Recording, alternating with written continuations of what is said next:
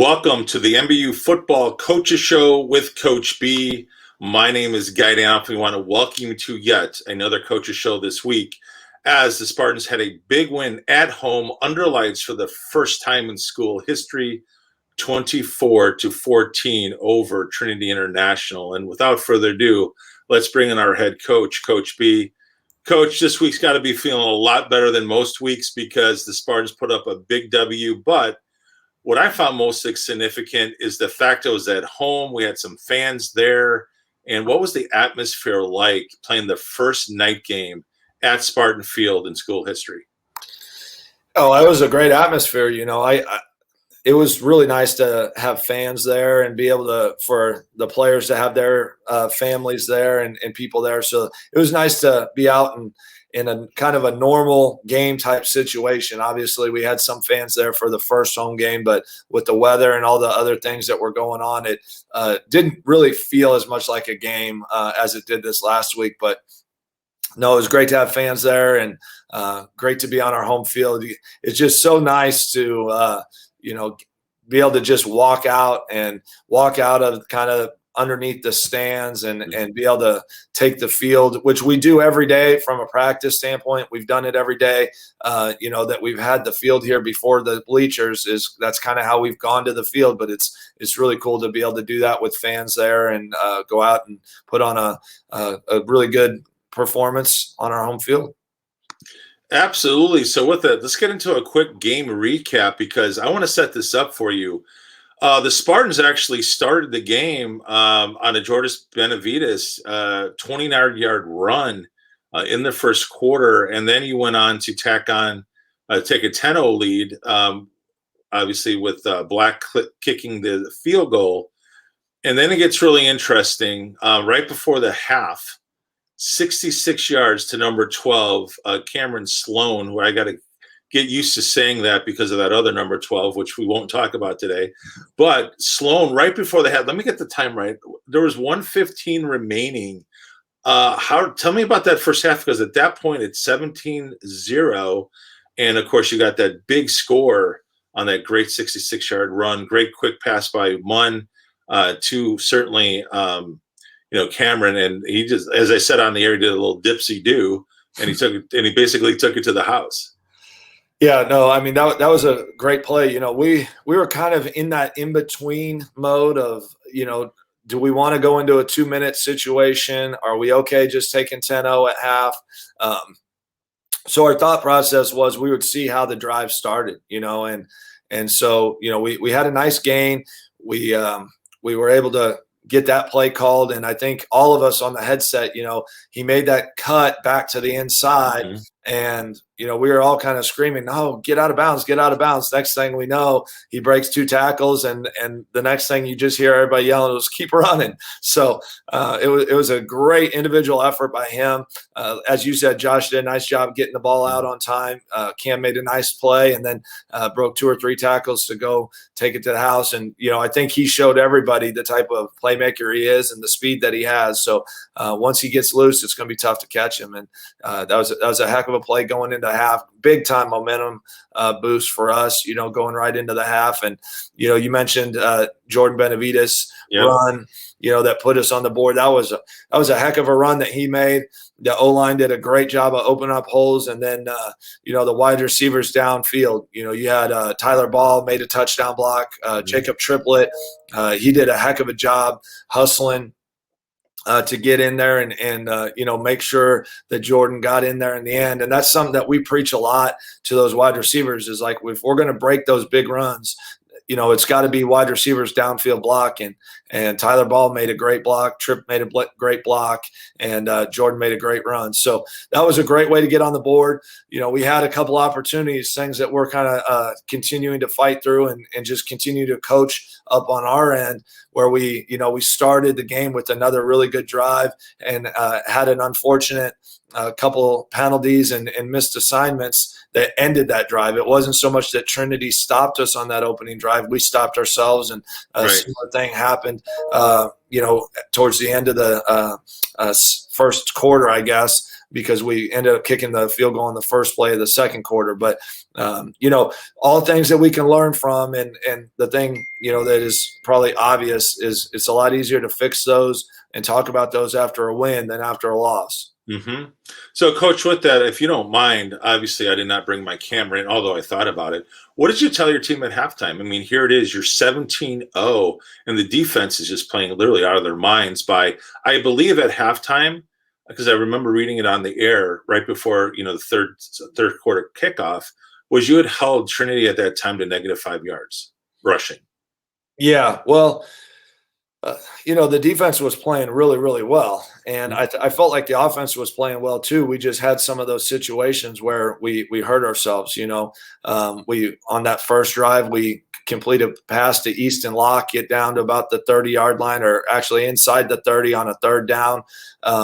And we ended up covering him up. We're misaligned. So really, we were just talking about those details. That's something that we've talked a lot about with our athletes, is the process. I think we even talked about it on the coaches show a week ago, but the faceless and nameless opponent, and it was just, hey, look, we've got a whole nother half. We've got to dial up and be more detailed in this stuff. I think the main thing that we talked about was keep doing what we're doing. We're playing fast. We're playing physical, which is something we want all the time. So we got to keep that up and don't let up, and the thing we reminded everybody about was what Trinity did with St. X the week before. St. X goes into halftime up 30-0, and all of a sudden Trinity's battling back, and there's no quitting those guys. So it was, really more about that. Just, hey, don't lose sight of the process, and something that we're really telling these guys and really preaching to them is our job doesn't change regardless of what the score is, regardless of what the situation is. If the offense is on the field, our job is to go score. If the defense is on the field, it's their job to stop them. So that doesn't change. Just keep, being assignment sound, play the next play. And that was really our mindset. And then the rest of it was just what adjustments and what things do we like, offensively and defensively coming out to keep them off balance and take advantage of the things that they were showing us. Absolutely. And then, of course, in the second half, they got on the board with a score right away, and they certainly were showing some good momentum. Although the defense, again, the old, we're going to bend but don't break kind of mentality, which the Spartans did show a lot of that. But I'd like to walk us through, though, when, in the third quarter, when you had the chance for the field goal, which I said on the post-game show, I thought that was the mic drop moment of the game. Really, where, Coach, it's one of the gutsiest calls I've seen you make in the 7 years I've been covering Spartan athletics football since 2014. And really it was just the game situation of it. And walk us through that play and that call, because it really actually had a profound effect on helping secure that victory for the Spartans. Yeah, well, I mean, I give all the credit to Coach Schnabel, our new offensive line coach. He's done a great job with he's doing a lot of the play calling. Obviously, he and I are sitting down, working the game plan out together. And then, we'll obviously throw different things out. I'll throw different ideas out throughout the course of the game. But, from a play-to-play situation, he's doing a lot of the play calling. He is also in charge of our field goal team. So he came to me early in the week and was like, hey, what do you think about a fake? And, I'm always open to him. I think the thing that I asked was, what are you thinking? And show me what you're seeing. And so he kind of walked me through it, showed me some clips, said, hey, look, this is really almost 100% tendency of how they attack the, go about blocking in their field goal block setup. And so, we had talked at halftime that the next opportunity that we had with the field goal, we were going to run the fake. It really didn't matter where we were at on the field. We were going to run it. And it just so happened, we weren't able to execute well enough down there, tight to the goal line. And they got to stop. So, we ran the field goal team out there, and I told them, run the fake, and they executed it really, really well.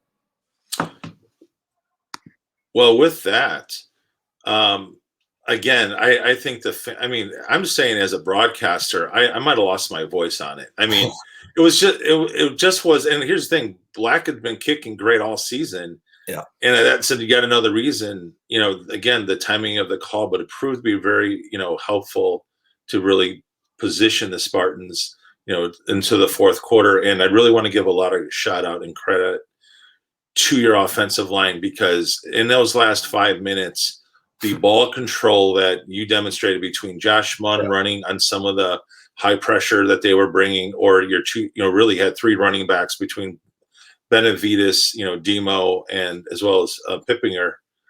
It was pretty darn cool how you were just running that clock, and Josh Munn with the game time management of running the play clock down to basically 1 second remaining in that fourth quarter. So walk us through a little bit of that, because I thought, again, the Spartans managed that game so well, especially when you're playing with the lead. Yeah, I mean, you hit the nail on the head. It starts up front with the big guys up front. You can't anytime you get into those 4-minute situations where you've got to bleed the clock and you need to possess the football, it comes down to moving the chains and getting first downs. And the best way to do it is by running the ball. And it's not always the case. I mean, you may have to complete some passes. We had some passes called to move the ball, and Josh did a nice job of finding a lane, realizing, hey, I'm not going to force anything, take care of the football, and made a good decision to run. And then, when we needed to run it, the offensive line did a heck of a job. We forced them to use their timeouts. We weren't really in a situation where we could really take a knee, but it came down to, we used a timeout late with only about 20 seconds left. So even if we didn't get the fourth down, it was going to be, it's going to be really tough on them, just being down 10 points and with the amount of time left. But in that huddle, during that timeout, the number one thing that we talk to the guys about as coaches is the offense must finish the game on the field. Like, there's no other option. It was 4th and 4. Everybody in the stadium knew it was going to be a run and get the job done. And so hats off to those guys. And then I think it was Jordan on the carry, got downhill, just did his job, was tough downhill running. And you said it. I mean, Darius Morrison, Demo, Jordan, Pippinger, Felix, all of those guys, when they carried the ball, they ran hard. And that's what we want to see. We spend a lot of time offensively and defensively on situational football. That's where we feel like games are won and lost, is in those details and in the situations. We practice those backed up situations literally 3 times a week. We practice red zone and green zone and gold zone. We have all of our field divided up into zone. We practice that stuff a lot. We still need to be better in them, but overall, when we get in those situations, we don't panic. And I think it's panning out. It's starting to show that we're able to, execute and be good in those situations. 2 and 4 minute is another situation that you have to be good at. And, we weren't great at 2 minute in the past, but, obviously Cam made a big play in the 2 minute situation. And then we did a great job ending the game on the field with the offense in the 4 minute. Yeah, Kevin Paulus and I certainly we were on the call, as you know.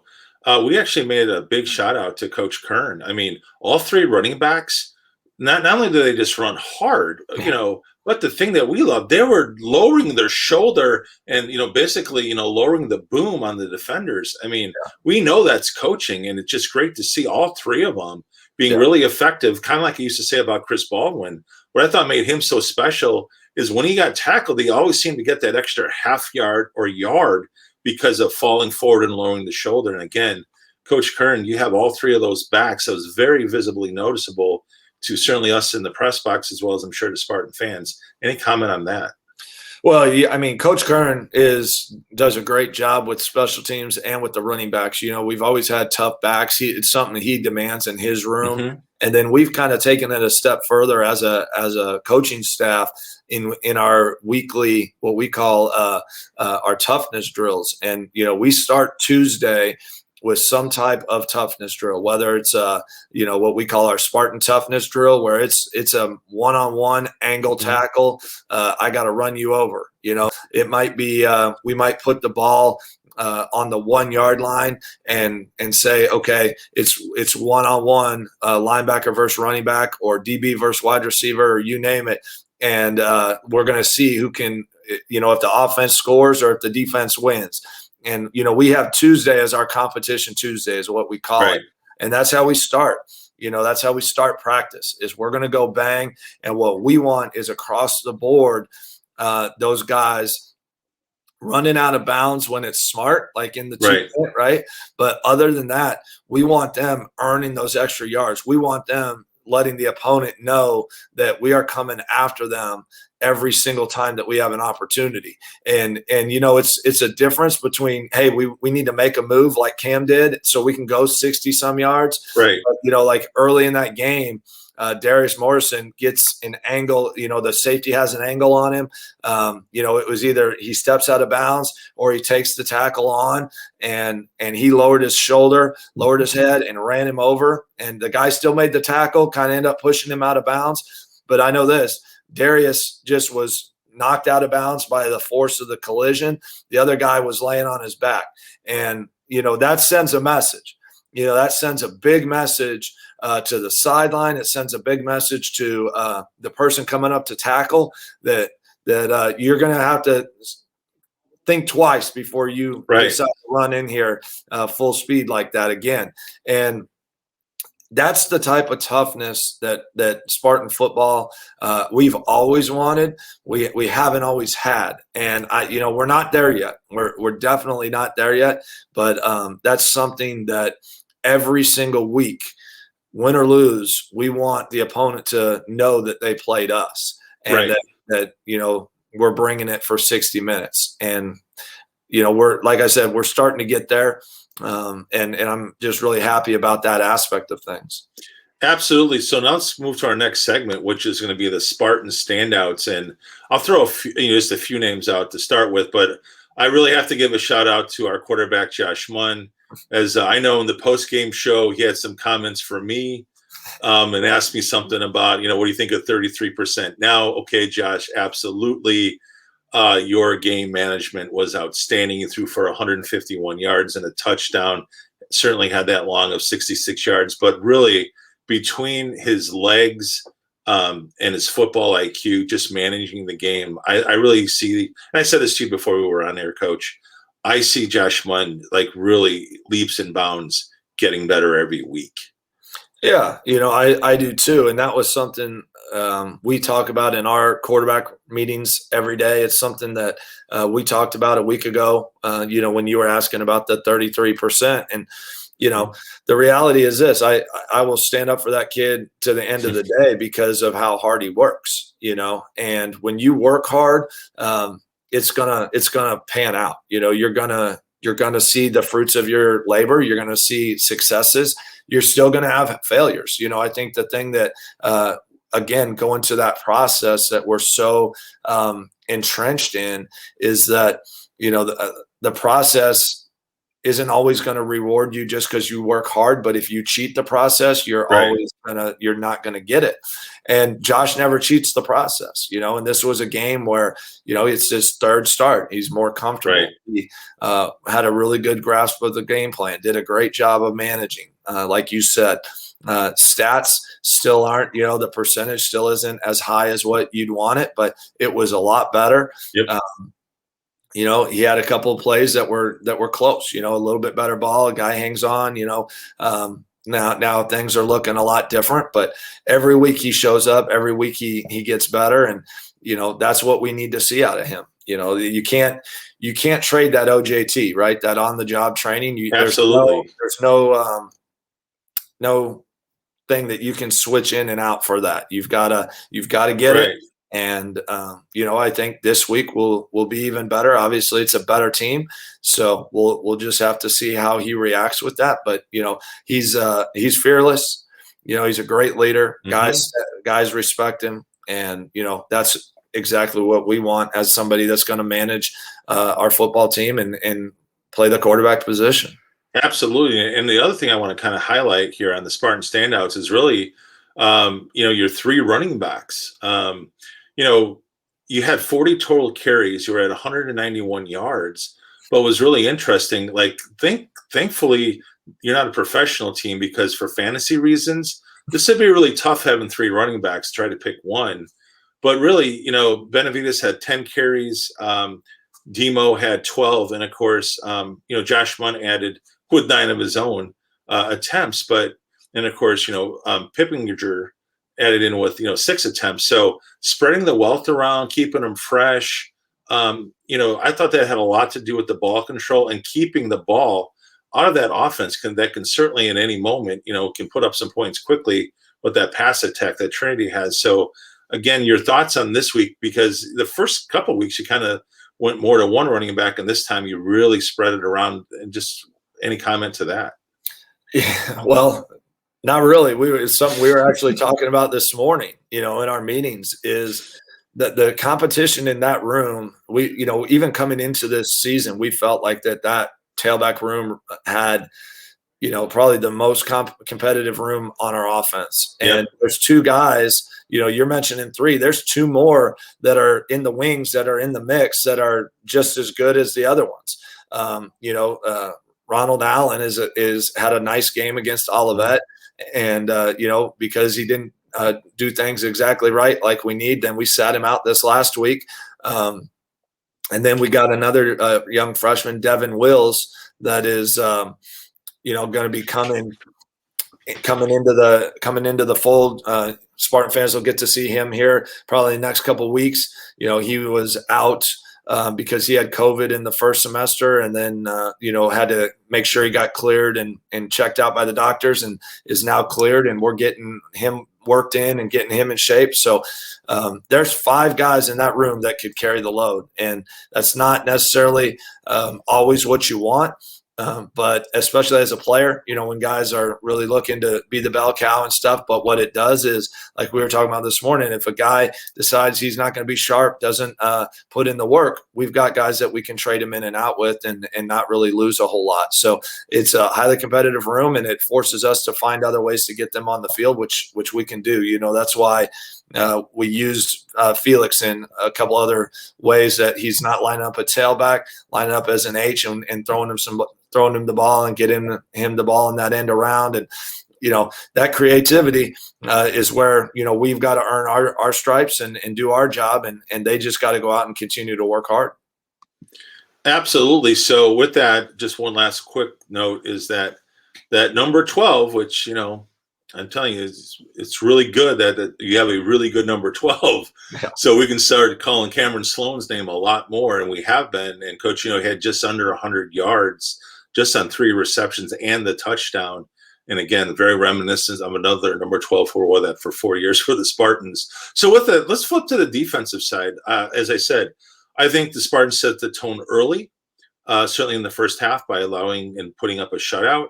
And I know there's some really great defensive standouts. And I was wondering if you could break that down for us, because the Spartans had 4 sacks, but also, now I know we don't necessarily, calculate the stat, but it seemed to me there was a lot of hurries, given the fact that you were taking from the edge. Jalen Cowley, that might have been the most blitzing I've seen him do his entire Spartan career. So I was wondering if we highlight some of our defensive standouts. Yeah, I mean, Coach Bowden, we talked about that, what he does defensively and how he keeps things off balance. That type of offense, if they want to sit back and throw it, that kind of plays into our hands a little bit, because we feel like the strength of our defense is in the secondary. Mm-hmm. And that really opened up things for Jalen when we moved him to that Sam linebacker position, that he could be all over the place. As an offensive tackle, it's really hard to block that guy. Mm-hmm. He's able to get so low. He's so athletic. They have to respect his speed on the upfield rush, and then he's athletic enough to get back inside, once they overset him. So he had a heck of a game. Yeah, you had mentioned it. We don't track QB hurries, but he would have had one almost every time they dropped back. That quarterback, they rotated, I think, 2 guys, right. And they were running for their lives back there the whole game.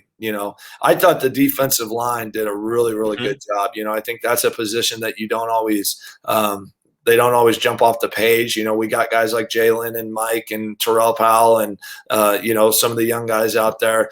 Blake Kite, I thought, had a nice game. Yep. Rook Rowe came in and played a really, really good game as a young guy. We'll see a lot out of him. But, the D-line, it's really challenging when a quarterback runs around as much as this kid did. He would run 20, 30 yards back, and then he'd get outside the pocket. And, he was just buying time. And that's tough because, you're not talking a 4, 5, 6 second play. You're talking some plays that lasted 10 seconds, 12 seconds. And, that's tough because honestly, the weirdest thing about football is, we're not conditioned necessarily like football players might be in great shape. They're physically strong. They can run, but they're not meant for those long, long plays. What football conditioning and everything that we do is designed for is, that 6 second, 7 second burst, and then you're recovering. Then you 6 second, 7 second burst. That's why when football, especially in high school, you always see it. Guys leave from football and they go to basketball and they're dead. They can't run up and down the court consistently because they haven't been doing it. But I thought the D-line did a great job. Their pass rush lanes were good. Those guys continued to work and chase after him and, just created havoc. Jeremiah Austin had a great game. Raekwon Ramsey had a really nice game.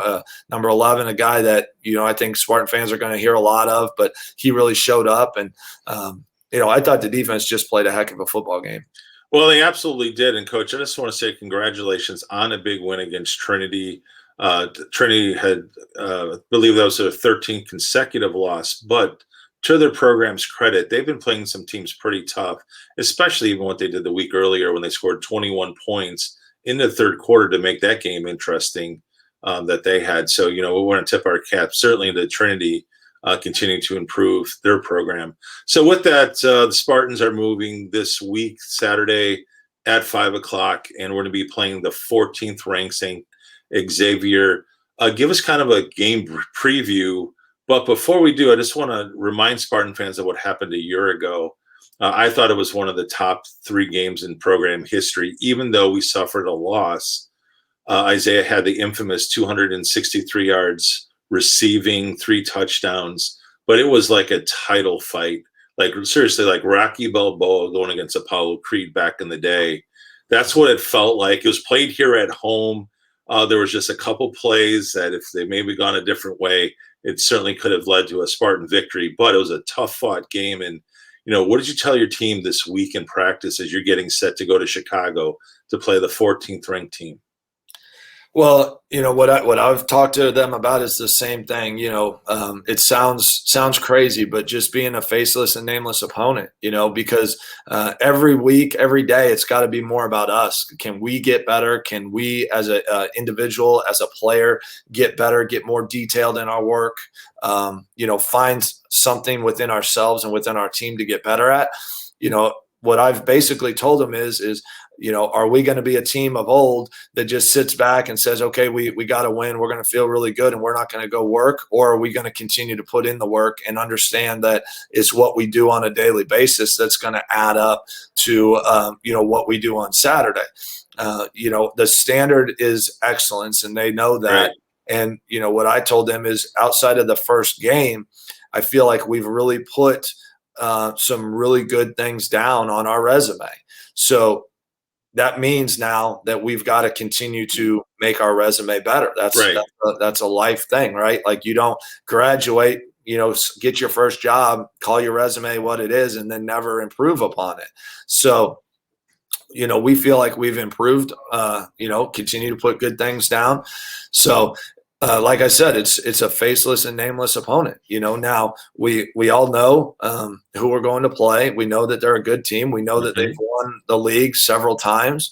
I think the last 3 or 4 years they've won the league. So we know it's a challenge, but every week is a challenge in this league. That doesn't change. Like what we said, every single time we go into a football game, our job is the same. Our offense's job, our defense's job, and our special teams job is the same. So let's focus on the details and less on the opponent, because then I think what what you avoid is the peaks and valleys, right? You don't get up for a St. Xavier game and then drop off because you're maybe playing a team that's unranked. That stuff can't happen. It shouldn't happen. You got to avoid the human nature, and the way you do that is just buy into the process of taking one day, one play at a time. Absolutely. So with that, let's just say historically, they are pretty solid at the quarterback position. Historically, they've always had a really good go-to receiver, and of course, their running back, same person from last year, and again, who's got quite a resume himself. So, so it shouldn't be any surprises. This team, but is there any kind of interesting matchups you'd like to maybe highlight? Well, I mean, I'm interested to see how we do against the running back, because he's a fantastic player, and he's had a really good season so far. You go back and look at when they were here last and we played them last, he wasn't the leading rusher on their football team in that game. I think when I went back this past week and looked at the stats from when we played him here at home, he had like 13 carries for 60 yards. It was like 2.1 yards a carry. Right. So we did a pretty good job against him when they were here. Unfortunately, we gave up 3 long pass touchdowns, 2 over Jalen's head and 1 over Joe King, that we would love to have back. But, you look at that, and then you mentioned the call, John Luck's going down, close to being down. Who knows? It's ruled a fumble. They pick it up, run it in for a touchdown. So that's 28 points right there. That we've got to be better at. So I'm interested to see how we stop the run. That's what they want to do. I think that they're a little bit more run heavy. I'm not 100% sure the status of their quarterback. I know their starter got hurt in the Trinity game several weeks ago. I don't know what his status is. Is he going to be back? And honestly, for his sake, I hope he's able to play. For our sake, we'll play against whoever goes out there. Right. But I think that changes them some because of their starter. The guy who's been in there is a little bit more like Josh. He's a little bit more inexperienced. He's getting starts for the first time, and I think you see some of the similar stuff that Josh does. So. How does whoever's back there, they still have to deal with our disguises and our different pressures and how we go play, and but it's all going to start in the run game. Defensively, if we can stop the run, if we can corral and harass number 24, then I think we're giving ourselves a shot. Offensively, looking at their defense. I think it starts in the front 7. That's where they've always been pretty good. They're good up front. They're good at the linebacker position. So, can we keep them off balance and keep them thinking enough that we can create some of those run lanes? Going into the Trinity game, we weren't real sure how much we were going to be able to run the ball. We really felt that we were going to have to complete some balls and complete some passes to win the football game. And as it turned out, we were able to get the run game going and do some things to keep them off balance and keep them out of their gaps and less, keep the defense moving around. So that's kind of where we've got to be offensively, is see how can we keep them off balance. I think they give us some things. Are we going to execute, and are we going to be able to control what we can control? We've got to be better in the penalties. We can't give good teams the field position inside the 15 like we did against Trinity. But it's gonna. I really think the thing we've talked about a lot to all of them is, if this game goes away, it can go. Then we've got to be really sharp in the situations. We got to be sharp with our discipline and not giving up field position, not giving up free yards. Because if we do that, then we're going to be in the ball game. And like I tell them all the time, we'll look up at the end and see where we're at. Absolutely. And with that, one thing we can say is you've got great momentum going on the road. I mean, again, when you went to Olivetta Bourbonnais, you really, I think, stunned to some degree Spartan fans after what had happened, certainly in a cold game that, we can pretty much not want to remember. But what the bounce back though 2 weeks later, and the way how you went on the road to play so tough and to be so close in that game where the Spartans could have easily come out with a victory in that game. So you have to feel pretty good about that aspect of it, where you've already got some road experience. You're going up to Chicago again, so that should be somewhat familiar for a lot of your veteran players, coming up to that area. So, Coach, and weather should be again fairly nice. Yeah, the weather this Saturday. Yeah,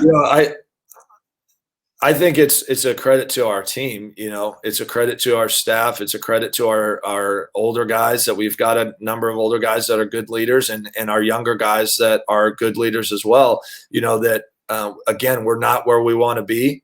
We are continually a work in progress in this. I think it's just really a credit to those guys of how they approach every week, and that for the first time, I think they're really serious about, we want to be different. We understand what it takes to be different, and letting that play through. So it's a lot of fun to work with this group. I think I was thinking about this yesterday out on the practice field. Like there's teams in the past where, it's like pulling teeth to get them to go through and put in the work in practice. Right. And Tuesday wasn't very good. We were on them pretty hard, but it still paled in comparison. Like it just wasn't as good as what we can be. But yesterday, man, they rebounded and had a really good day. And then we've got 2 more days of prep. So I think it's a credit to these guys that they understand now. They're beginning to understand the work that it takes to go in and achieve the goals. The thing we've been really critical on them is stop talking about wanting to be different. Stop talking about wanting to lose, and understand what it's going to take to go in and the sacrifices you're going to have to make. And they've done a really good job with it. Absolutely. So with that, Coach, here it is. Kickoff will be at 5 p.m. Right there in Chicago. And for the broadcast information, just go to MBU Football on Twitter or MBU Athletics. We'll be posting all that information certainly on Saturday. Coach, we want to wish you all the best as the team travels to Chicago, my hometown, Coach Kern's hometown. Got to throw that in. Yeah. So it's going to be a great day of football. Again, playing under the lights, which is it's kind of nice that you are used to practicing from basically 4 to 6 o'clock. Yeah. So that time frame really doesn't affect you much. We were talking about that on the broadcast actually in his past game, because with the lights changing and the shadows, it looked like they could have created some problems for the players. But again, you practice in it all the time. So when the lights, when you're in that twilight part of it, we're kind of wondering if that would affect the game at all. Didn't look like it affected the Spartans at all. It didn't, but again, there's some we try to cover every detail, and there's definitely a home field advantage at our field that we're learning every day that we're out there. Some of it with the wind, some of it with the light, how the sun is, and literally last week it was like I want to say Thursday. As the sun was going down at 5 o'clock, I was walking around the field while the coaches were running their drills and kind of getting an idea of what's the best way for the receivers. So if we lose the toss, which way do we want to go? The sun's going to affect us the least amount. So being able to be out there and and test that stuff, it definitely makes a difference. And you're right. We are used to it. So that's right. The really neat thing is 5 o'clock, man, that's right when we're getting into the meat of our practice. Right. And, so it works out good. But, we've also got to be able to play those morning games and stuff like that too in the future. But right now we'll just focus on this and go out and compete as best we can. Absolutely. Well, again, Coach, thank you for stopping by.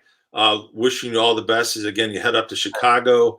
We want to thank you fans for tuning in and supporting certainly Spartan football. For Coach B, I am Guy Danhoff. We want to thank you for watching the Coaches Show right here on the Spartan Digital Network.